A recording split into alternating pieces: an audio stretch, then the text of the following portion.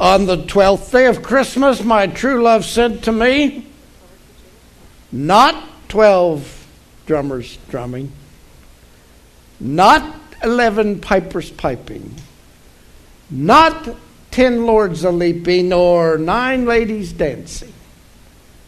Here's the real story. On the first day of Christmas, our true love sent us Jesus, who is the Christmas gift, highly desired, uniquely delivered, and eternally decisive. Let's talk about it. On this, the 12th day of December. A little girl was pushing her mom to the limits. It was Christmas time. Some of you have been there and experienced this. Mom had been pushed to the edge by this hectic season of all that's going on. The cooking, the cleaning, the shopping, the wrapping, the family, the friends, the church. And she was just nearing the edge, the breaking point with her little 3-year-old girl. Finally, the little girl was bathed, ready for bed that night, and she knelt to say her prayers. And Mom listened as this 3-year-old prayed. In a very customized way, she prayed. She knelt and prayed, "Give us this day our daily bread, and forgive us our Christmases, as we forgive those who Christmas against us." Ever felt like that?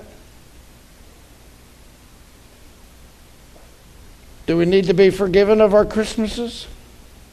Are we too busy doing all the stuff and things that are good in themselves, but yet not the real reason for the season, missing the point? You see, it's so important not to get wrapped up in the business of the holiday that we forget the reason for the season. The Christmas gift of love, a gift highly, highly desired. A large gift in a small baby. Given at Bethlehem. Not where I would expect it. Preparing for that coming, the great gift? Yes, are you? We just might miss it. It's a message from long, long ago told by the prophet Isaiah that there would be a voice of one calling in the wilderness to prepare the way for the Lord, make straight the highway for our God. It's the message fulfilled by John the Baptizer, foretelling the coming of the Christ. What did he say? Prepare. Prepare the way. No warm-up. He's coming.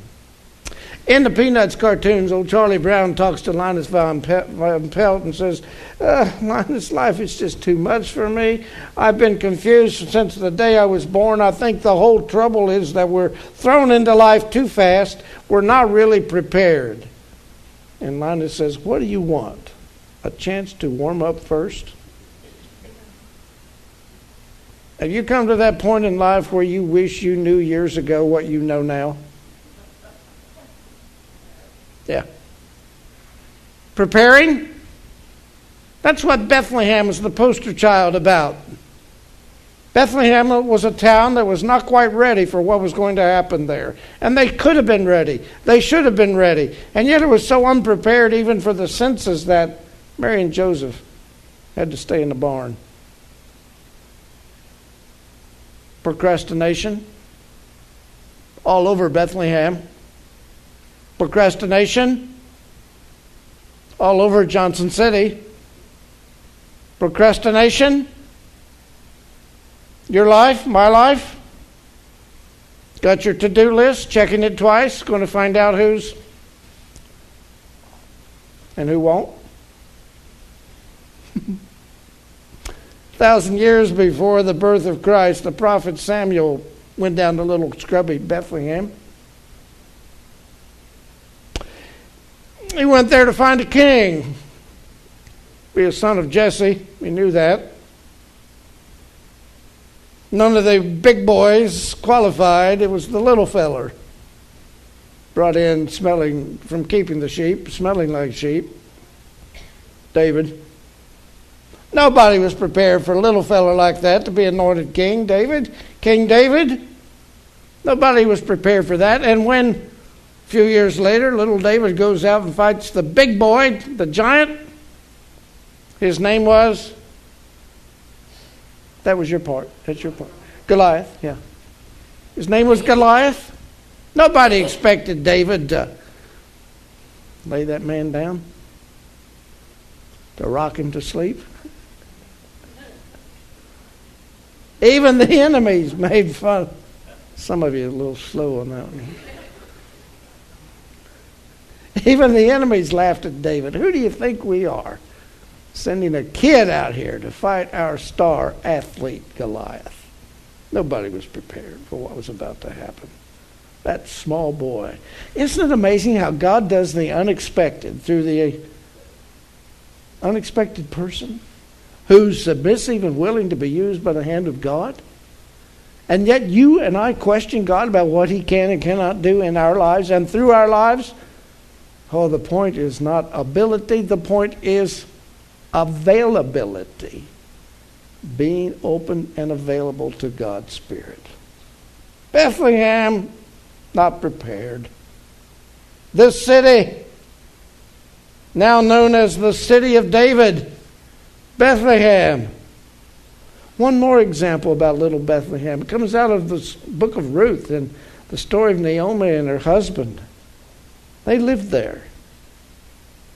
And Bethlehem was having a famine at that time. They were forced to leave the city to get some food.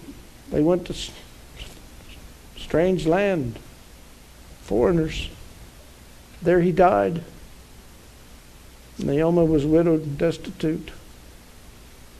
Bethlehem was not ready to welcome Ruth back home when she came back.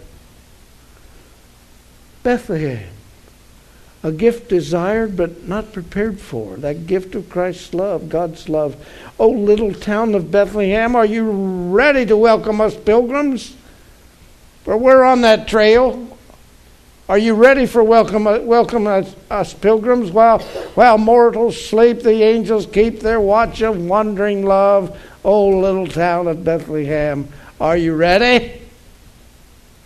Well, how far is it to Bethlehem town? Just over Jerusalem hills and down past Wise Men's Well, still offering cool drinks from the welcomed wayside spring. It isn't far to Bethlehem town, it's anywhere Christ comes down and finds in people's friendly face a welcome and abiding place. The road to Bethlehem runs right through the homes of folks like me and you. Bethlehem. We are Bethlehem, where meek souls will receive him still. The dear Christ enters in. Prepare for the real gift of God's love. Now is the time for preparing. Don't miss the Christmas. Turn your eyes to the sky. A gift uniquely desired, a gift uniquely delivered. Oh, when you say delivering a gift, you immediately probably think about the virgin birth of Jesus with his mother, Mary, but I want to go a different direction this morning on that. Uniquely delivered as through John the Baptizer, whose mission was to prepare people for the coming of the Messiah. But the story doesn't really begin with John the Baptizer. It begins about 400 years before John the Baptizer.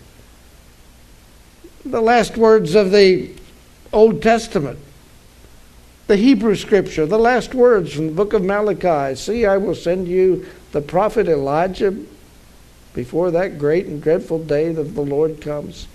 He will turn the hearts of the fathers to their children and the hearts of the children to their fathers, or else I will come and strike the land with a curse. Malachi ends with a prediction of the Messiah. But then it was 400 years before anything happened. 400 years of silence. It's not a pretty picture that happened in those 400 years. Idolatry.